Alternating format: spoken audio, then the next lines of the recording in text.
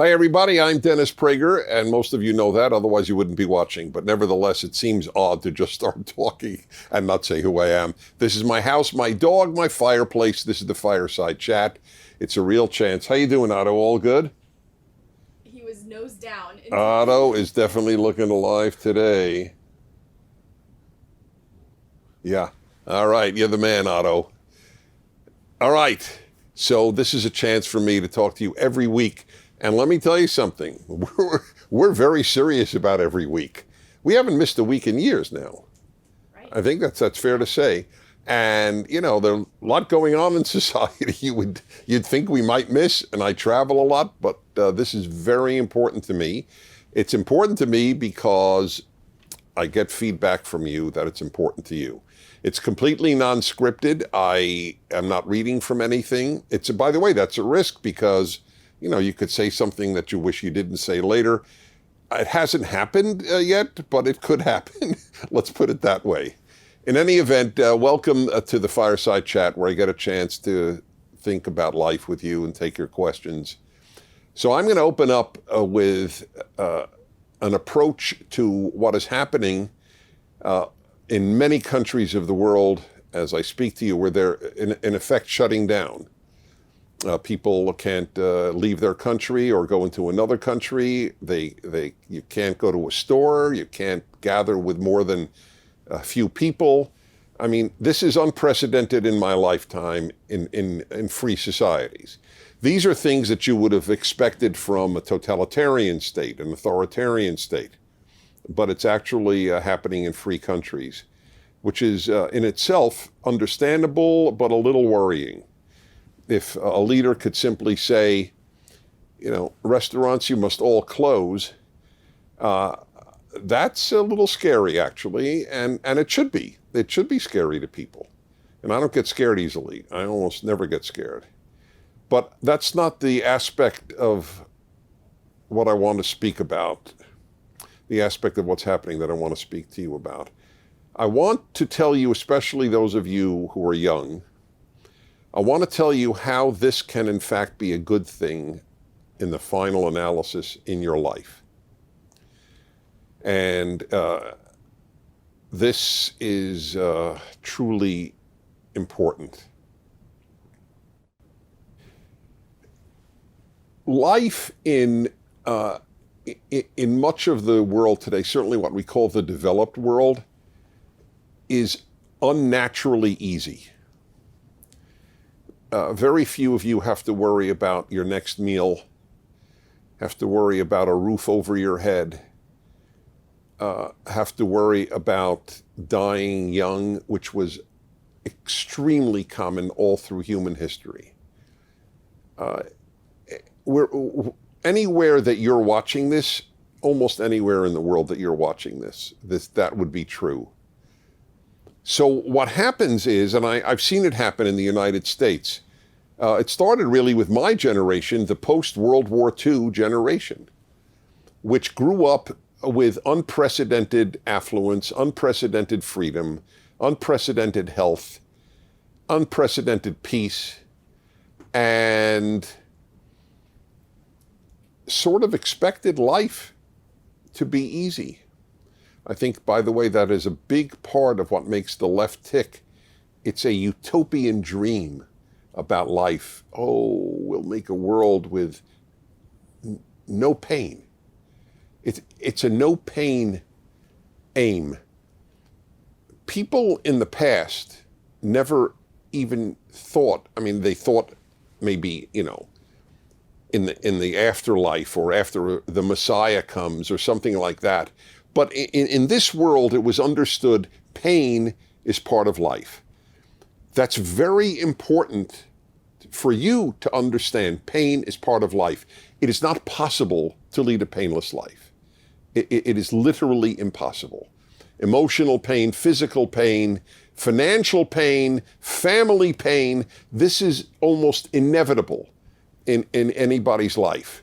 So, in effect, you are being told at a very young age, whoa, a painless life is not available.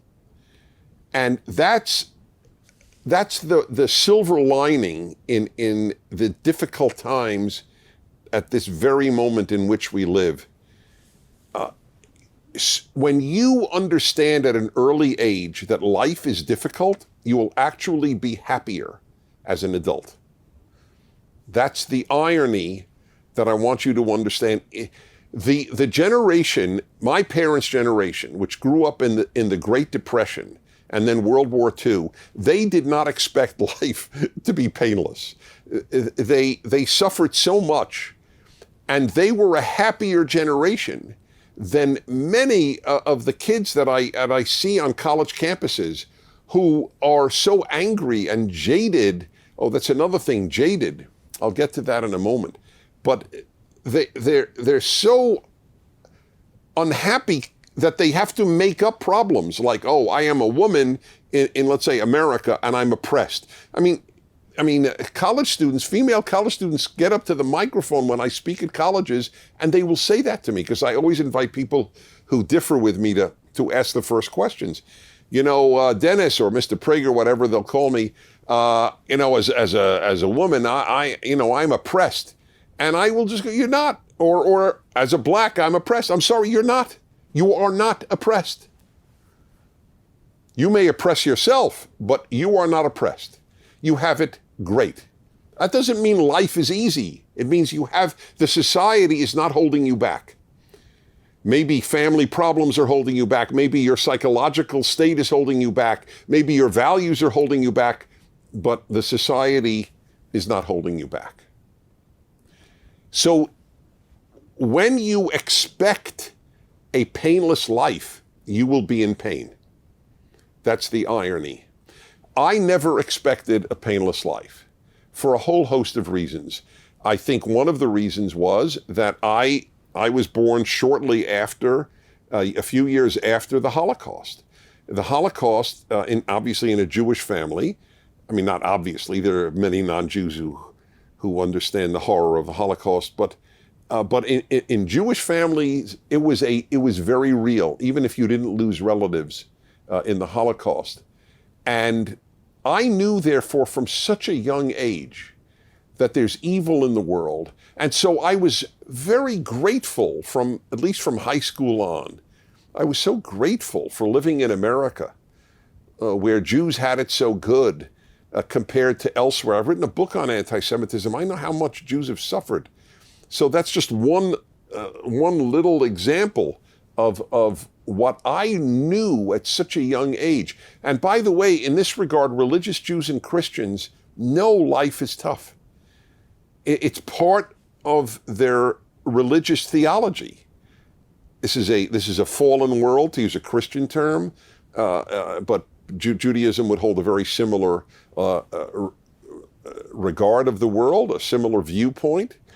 And so I knew so early that I was so lucky. And if you think you're lucky, you're going to be a happier human being than if you think you're unlucky. I mean, that should be very obvious, but it isn't obvious to people.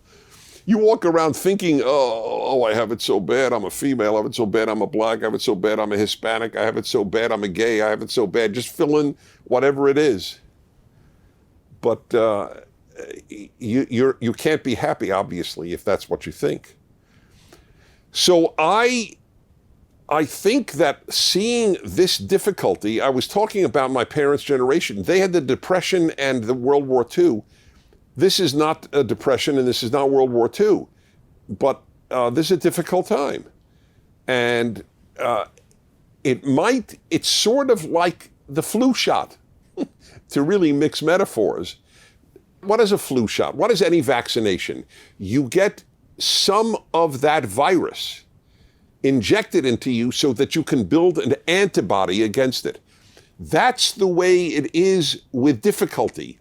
Difficulties can either make you sick or make you create antibodies.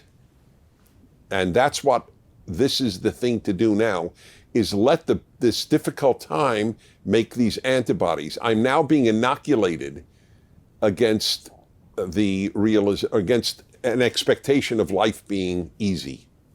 Then, if you do it that way, When life gets back to normal, you will just be constantly grateful. And that's the hope. Gratitude is the key to happiness in any event. You can't be a happy person if you're not grateful. Maybe if this creates gratitude in a lot of people when this period is over with this particular virus and all of the constraints that are being put on people. So I want you to look at it that way. Oh, now I realize a painless life is not possible. And then you'll be grateful for all the good things that you have now and certainly after this particular thing ends. So that's my hopefully uplifting message, and it's meant sincerely. It's not meant, I don't say things to make people feel good. I don't say things to make people feel bad. I say things because I believe them, and I've incorporated them into my own life. I have so few expectations in life. I've written a book on happiness, and I'm always a little shy about mentioning books I've written because it sounds like I'm trying to sell them to you, but I don't know what I don't want to ignore it. I wrote them so you'll read them. It's silly not to mention it when it's apropos. But in my book on happiness, I've written this. The book, by the way, interestingly, was translated to Chinese and Japanese and Spanish and Portuguese, because what I have to say, as so many of you who are not American know, is universally applicable. Any good idea transcends nation. It has to. The idea that something is only applicable to one group means it's not applicable, because human nature is universal. These things are about human nature. So this might inoculate you against the terrible belief that life can be painless. That's a good thing. Okie doke, time for Q&A here. We begin with our weekly video question. And the magic press, it worked. Okie dokie, hello. Hi, my name is Maria, and I go to college at UPC here in Peru, and I've been a Prager First member for the last 3 years. And my question is, why do you think people from conservative cultures like Latinos, Asians, Indians, and even Jews become liberal and more left-leaning when they immigrate to the USA? Thank you, gracias. De nada. Thank you, that was great. And I met you at the International Prager Force meeting. That was very beautiful. Maria, how you doing in Lima? I was in Lima twice. I enjoyed it immensely. Okay, so it's a very intelligent question. Why do people go to the left when they emigrate to the United States? The answer is, when especially young people attend American schools. And they end up assimilating the leftist message that about anything, including that America stinks. That's the irony. People come to America because they believe it'll be better for them. Then they learn at college or even high school how awful America is, and so you would think that they would have some cognitive dissonance. Wait a minute, I just came to this country. This country has accepted me. It has given me opportunities that I didn't have in my original country, or obviously I would have stayed in my original country, and yet it's an awful place. That's how powerful the brainwash is in colleges and universities. I always said it was an interesting thing. I always said people would say, oh, it's so good that all these foreign students come and study in America. It's so good for America that they come here and they experience America, and they will leave with an appreciation. That is the ones who will leave, the ones not the ones who immigrate. And I've always said that's nonsense. They come to America and they go to college and they learn how miserable America is. So the spirit of the society is now so dominated by the dark left-wing view of the world, and they imbibe it. This was not always true. Very often immigrants came to America and in fact adopted very strongly American values. Still some do, obviously, but many don't. It's a tragedy. I'll tell you a line said by Bill Bennett. Bill Bennett is a major American writer, a Catholic, a conservative. He was the drug czar under Ronald Reagan, the head of the department that takes care of drugs issues in America. Very thoughtful man. And he once said, I was actually a little surprised that he said it. He said, I am more worried about what America will do to immigrants than what immigrants will do to America. That's how bad it is.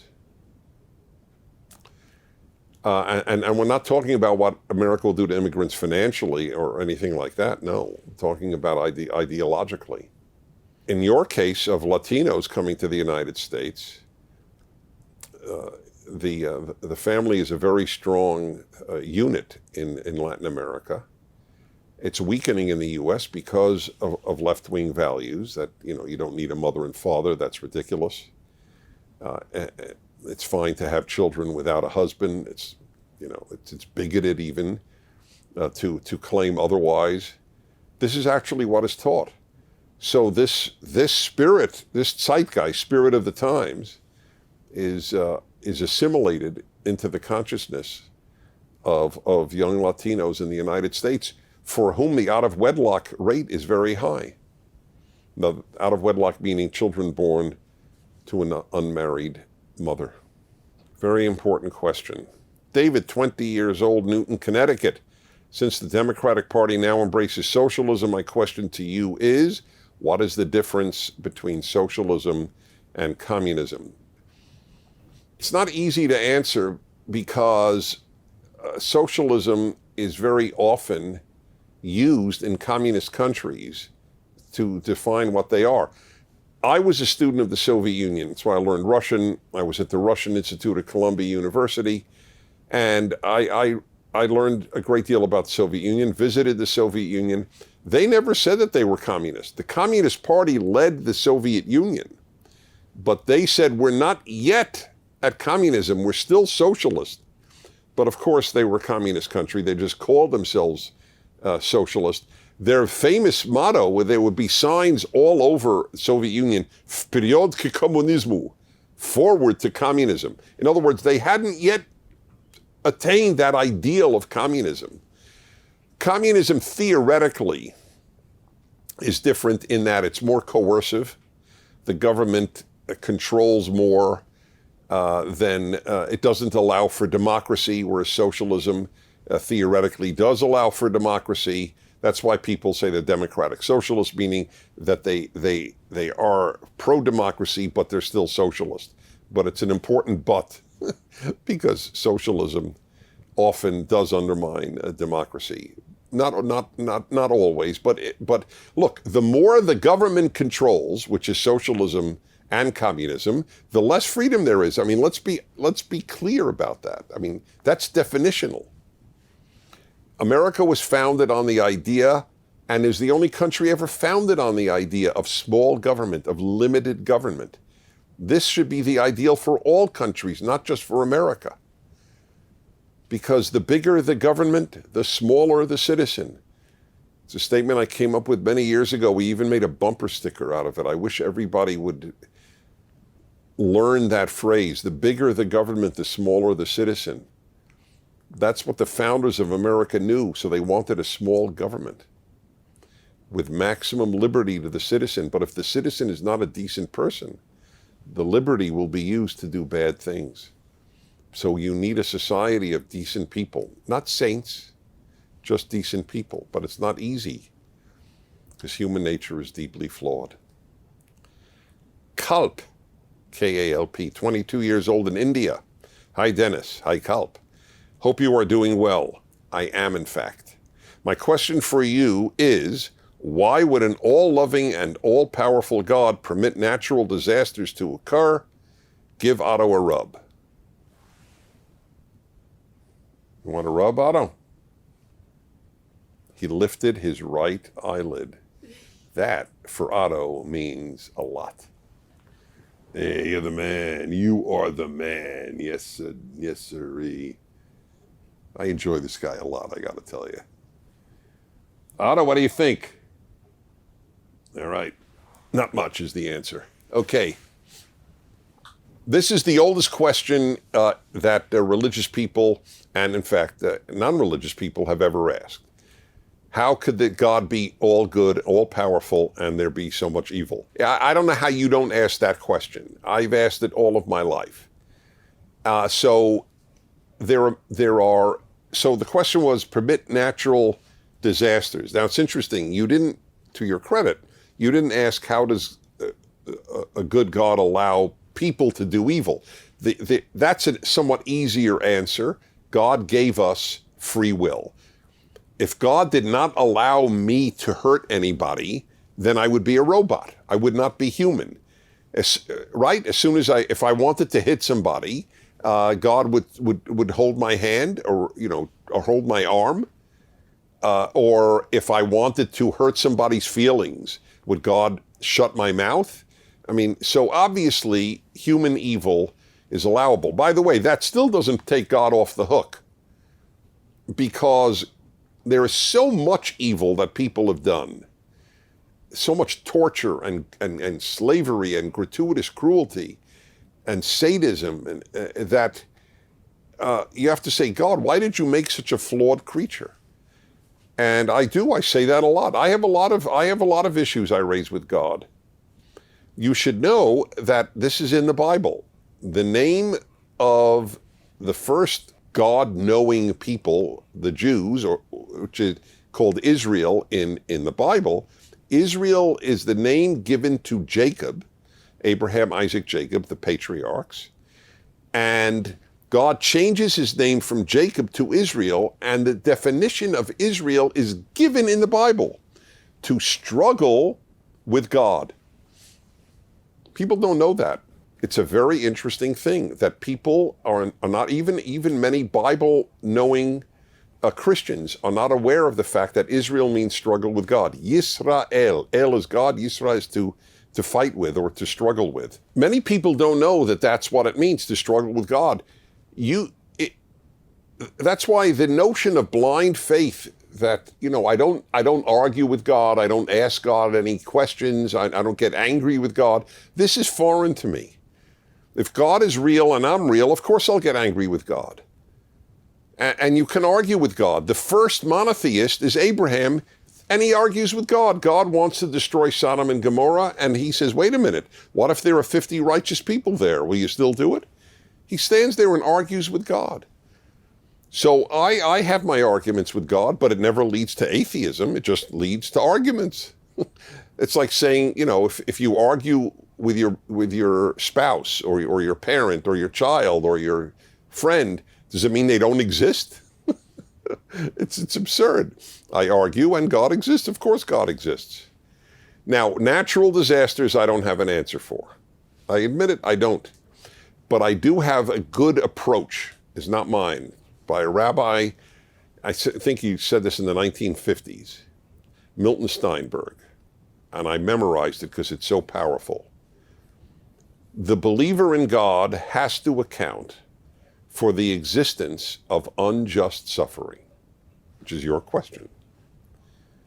The atheist, he said, has to account for the existence of everything else. That's brilliant. So yes, I acknowledge we who believe in God have a very difficult question. Why is there so much natural suffering? Correct. But the atheist has to be intellectually honest. You don't have an answer to why there is an existence of everything else. Why is there a universe? Why is there intelligence? Why is there music? Why is there love? Why is there life? The atheist has no answer to that. The atheist hasn't a clue why everything exists, has no clue why biological life came from non-biological life. Is Otto leaving? Does Otto want to knock over the thing? He's very alive today for some reason. I think Sue has to give him melatonin next time. Good boy, Otto. Okay. Otto took a walk, which is very atypical. I mean, during the broadcast, he takes walks at other times. The atheist does not have an answer to why there is anything, how biological life came from inanimate matter, how intelligence came from non-intelligence. So we have one unanswerable, suffering. The atheist has an infinite number of unanswerables. All I could say is I have made peace with the fact that I do not have an answer to that. And what I do is I simply know that what I need to do is what I believe God wants for me, and that is to be a good person and to propagate the belief that a good God wants us to be good. That is the fundamental belief of my life. Frank 20, The Hague, Netherlands. Well, today is really outside of America Day. Dear Mr. Prager, first of all, I'd like to thank you for these podcasts and how casual they are. They feel like a real conversation instead of a scripted message. That's exactly what they are. I'm the only conservative and Christian I know at my university. That's amazing. At his whole university. Now, there might be more, but people are afraid to even say it now. And I'm constantly attacked for it. But your podcasts give me educated comebacks. That's correct. They're worth memorizing. They're really good. They're rational. My question is, how do I deal with constantly disappointing myself? So this is not related to the first part. How do I deal with constantly disappointing myself? I do this every day, for example, by not studying as much as I want to. I know I set my goals too high, but can't keep myself from doing that. Thank you, and God bless you. God bless you too. Well, it's an interesting question. How do you deal with constantly disappointing yourself? Well, one thing is, I don't know anybody who has ever achieved anything who didn't constantly disappoint themselves. I think that's sort of part of what excellence is. I mean, if you get satisfied, why will you get better? There's nothing wrong in disappointing yourself. What's wrong is if you only disappoint yourself. I mean, if you never acknowledge, gee, I did a good job, then you're not realistic. I mean, then the issue there is reality, not psychology. So there's no problem in constantly disappointing yourself. There's a problem in only disappointing yourself.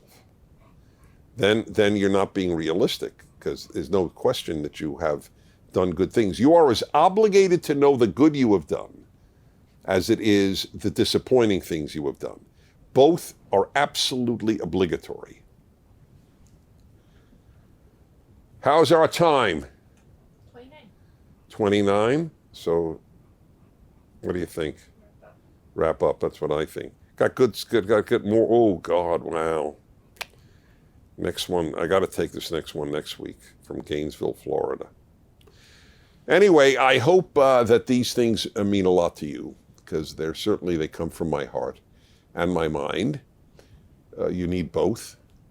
And remember, too, that these difficult times might be a blessing to you, to appreciate the non-difficult times and to know that is what life is. Life has a lot of pain. It also has a lot of joy. But if you expect it to be painless, you won't have any joy. That's the irony. Anyway, thanks for being with me. All of this stuff is contained in my various books, but in particular, The Rational Bible, of which I've written 2 volumes. I hope you will read it, because they are intended to change your life for the better. Anyway, great to be with you, and I'll see you next week. From my home to yours, thanks and bye. Thank you for watching. If you'd like to keep these Fireside Chats free, please do by donating to PragerU.